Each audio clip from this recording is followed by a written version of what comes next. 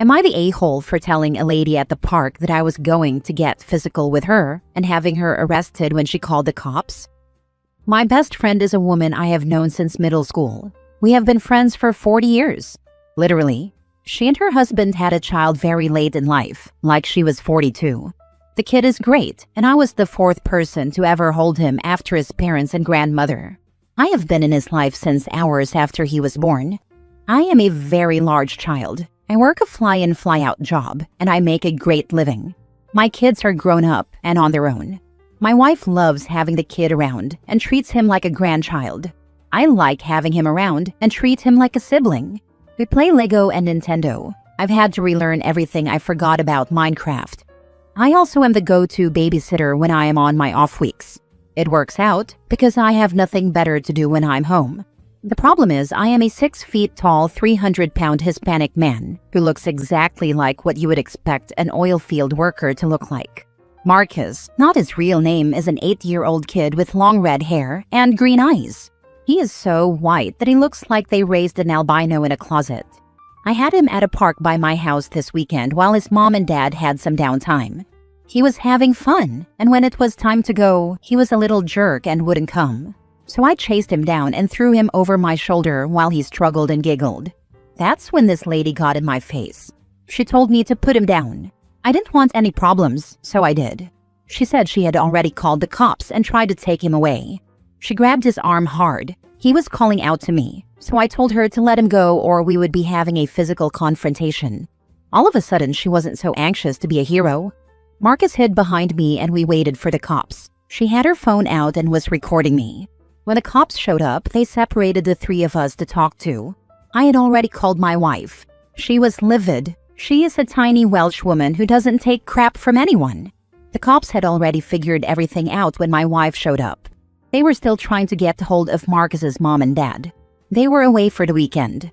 Anyway, my wife pulled out her phone for the cops and showed them an album she has of me and Marcus for the last 9 years. Then she pointed to the bruise on Marcus's arm where the woman grabbed him. The cops said the lady was just trying to help. I asked them if I had given him the bruise and they had shown up, whether I would also get a pass. They ended up arresting the woman, handcuffs and everything. No clue what happened after that. Now I'm wondering if I could have handled it better. Am I the a-hole for what happened? How could I have done better?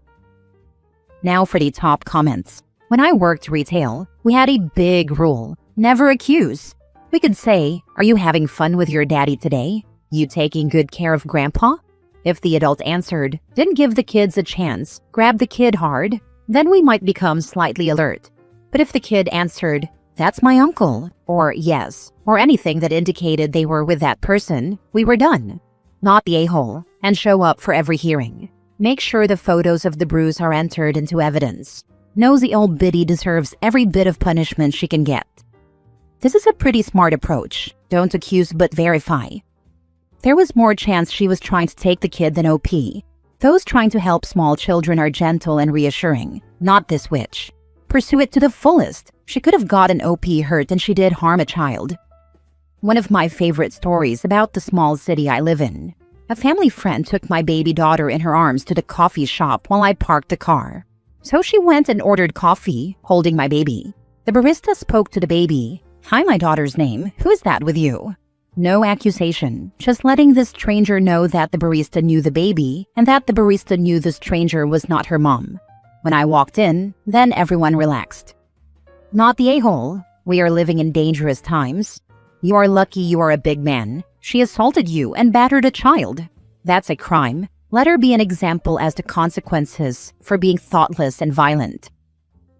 Next story. Am I the a-hole for giving my friend her baby back before I was supposed to? I, 26 female, am childless, which I think may be relevant here. My close friend Amy, female 27, had her second baby Rick almost 4 months ago, and her first, Ted, about 7 years old, has been having trouble adjusting to his new sibling. She'd been feeling a lot of guilt around this, so I let her know that once she was comfortable, I'd be down to babysit Rick so she could have some one-on-one time with Ted. She knows I have 12 nibblings. I was literally born an ant, so she's comfortable with this. She took me up on the offer on Halloween so she could take Ted trick-or-treating. She asked if I could keep Rick overnight so she and Ted could take part in some tradition or other. I adore the baby, so of course I said yes. Halloween rolls around. Amy drops Rick off at my apartment around 4 p.m., and everything's fine. After about an hour, Amy FaceTimes me to check on the baby. Another 45 minutes go by. Amy FaceTimes me again. No problem. This baby's really young, so I totally get the anxiety. She continues to FaceTime me every 30 minutes to an hour, even while she takes Ted trick-or-treating. She'd get to a spot with no signal or Wi-Fi, try to call, the call would drop, and she'd call back-to-back until FaceTime stopped dropping the call.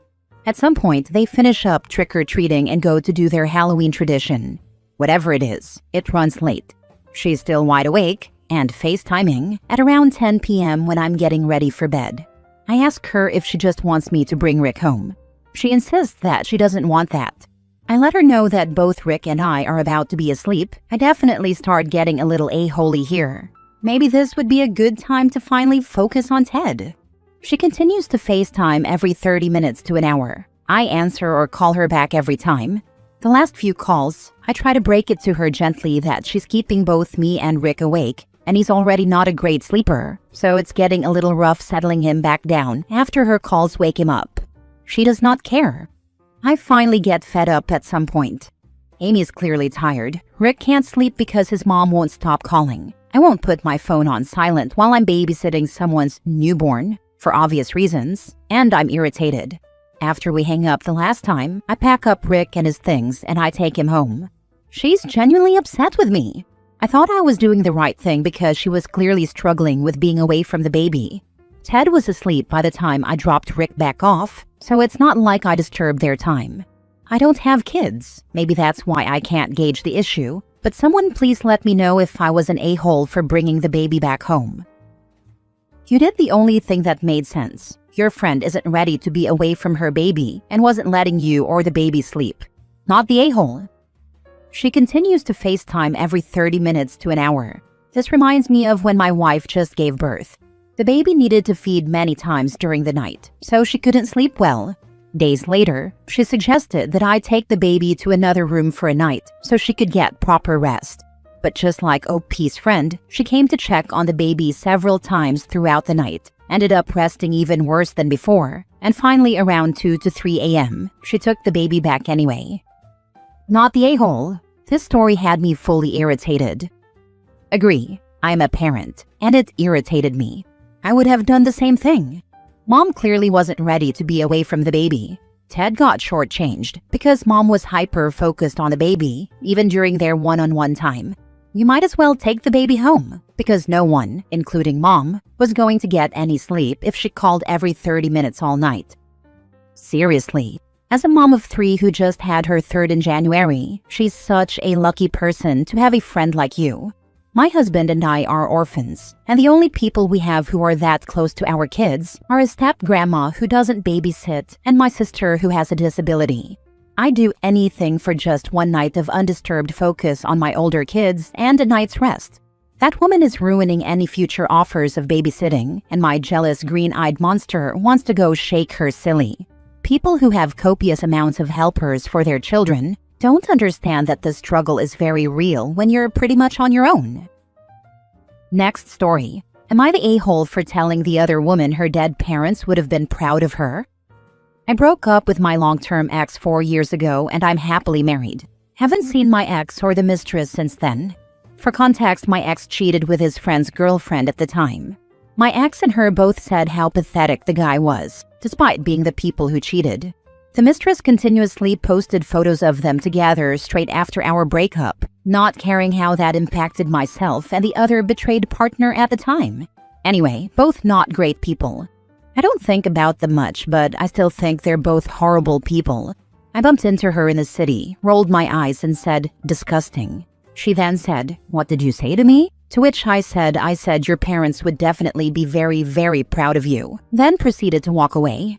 She looked shocked and angry like she was about to cry. I told my friends this, to which one of them said I went too far, as I know her dad passed away years ago. To me, it wasn't really an a-hole move since that statement is technically positive. It's only offensive if you don't think your parents would be proud of you. Am I the a-hole?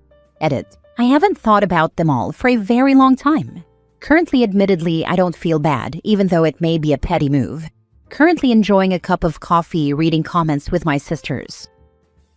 So basically, this woman had no problem cheating with someone's partner, most likely making the other woman cry when she learns of the infidelity. But making her cry with a statement about her behavior is over the line? Yeah, not the a-hole. It's so freaking annoying when people act like calling out bad behavior is, somehow, itself bad behavior. Hit her where it hurts. Gotta say, not many parents would be proud of a profound lack of morals. Lol, not the a-hole. She knows it's true and it stings. If she was a better person, she would have been happy to hear that. If a good person with dead parents heard, your parents would have been proud, they would be happy to hear that. Only people who know they're bad would take offense at that. Not the a-hole. Her parents, if they were decent people, would be ashamed, dead or not. Edit 2. My friend saw this post and apologized. She mentioned it was a sore topic for her because one of her parents is very ill at the moment. She thought about it, and she wouldn't do anything that would disappoint them, and said my actions were justified. Next story. Am I the a-hole for telling my wife that my living mom is more important than her dead dad? Got married in February 2022. Together since 2019, 32 male and 33 female. Her dad died a decade ago. Her family has a tradition of visiting the graves of loved ones on their death anniversary. I've been following and respecting this tradition since marriage. My mom lives nearby. Currently, mom has got fever and she's alone, as my dad has gone out on a long trip and it's not possible for him to come within 3 to 4 days as he's far away. Mom was fine when dad left for the travel, so don't target my dad. As she's 60 plus with old age weaknesses, I don't want to take any chances. So I've decided to bring her to my house while proposing wife to get to her dad's grave without me. The thing is, it takes about 2 days to return after her dad's grave visit. But wife is not understanding and saying that it's a mild fever, my mom will be fine and I should go.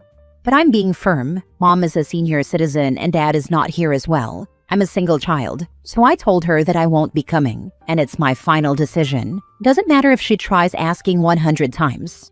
Wife got miffed and said that it's her dad's day, and my mom's fever is nothing significant in comparison. I don't remember her exact words, but she said almost similar like this. I was too fed up at this point, and told her that my living mom is more important than her dead dad. She's super angry and left alone. Not calling or texting or anything. Am I the a-hole? Not the a-hole. Living come before the dead. Take care of your mom. Also, if her dad died a decade ago, then OP never met him, so there is no respects to pay. And yes, people die and life goes on.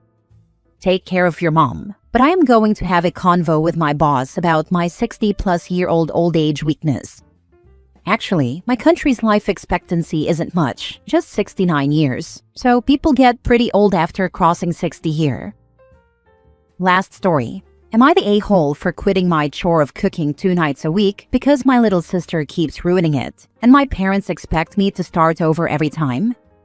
I'm 16 male, the oldest of 4. I have 2 brothers, 13 and 11, and a little sister, 8 female. My 11-year-old brother has ASD. He goes to therapy twice a week until late, and my parents have always struggled to cook on those nights. We used to do takeout. Then, last year, my parents asked if I'd cook 2 nights a week, and they offered to remove one of my chores in exchange. I was like, yeah, because at the time I really didn't mind. A few months ago, my little sister started acting out and being difficult about a lot of stuff. She wants to stay up late and throws tantrums over not getting new toys or what she wants. The other thing is she hates not getting to choose what we have for dinner, and she started throwing her dinner on the floor. When I cook, she started to knock stuff onto the floor while I'm cooking or prepping. Or she'll spit in it a bunch to make me throw it out. Or she'll dump ketchup or mayo in it. And it's always when I have stuff almost done or when I've been making dinner for a while already. I've stopped her a few times, but she'll try over and over again until she can win. Or she'll start spitting and aiming for dinner. My parents never say anything to her, and they expect me to start over when she messes with it. They got mad at me a couple of times when I refused to start over, when I was trying to serve dinner and my sister spoiled it. My sister doesn't listen to me either. She'll scream at me that I can't stop her, and it's so frustrating. I've spoken to my parents so many times, and they told me to keep calm and redo things when I need to. But I reached a point where I couldn't do it anymore, because I wanted to kick her out of the house when she was acting like that. And I know I can't. She's only 8. But man, is it frustrating. And she's so bratty about it. So I quit cooking twice a week and started doing my old chore again instead. My parents told me I don't get to just quit, and they're fighting with me because they think cooking is more important and that I'm quitting too easily. They said we need to eat, and I was doing something really good for our family, and I'm old enough to realize the impact. Am I the a-hole? She is way too old to act like that. Your parents really need to step up and provide consequences for that behavior. Tell them you'll resume cooking when her behavior is corrected. Sounds like the sister is in need of some psychological therapy. Not the a-hole. Next time, serve it. And tell them if they would like a better dinner, then maybe they should do something about their daughter. Not sure I want to go that route in case they tried to make us all eat it. But even just saving enough for them, so they can decide if they want to eat her spit, or a super salty or whatever else dish she ruined. Then make 3 sandwiches for you and your brothers. Parents and sister get the meal she ruined. They can't force you to eat anything. If your sister has contaminated the food, tell them so they don't eat it. And if she ends up poisoning it, obviously never serve it. If your parents are unwilling to help, the only thing I can think of is to distract your sister. Get her to help and do small tasks. She won't do small tasks for me. In her own words, she doesn't have to listen to me or do what I say because I'm only her brother. If cooking is more important, why aren't they dealing with the cooking saboteur? Not the a-hole. That's what I wanted to know, but they just act stressed and tell me I need to get dinner on the table.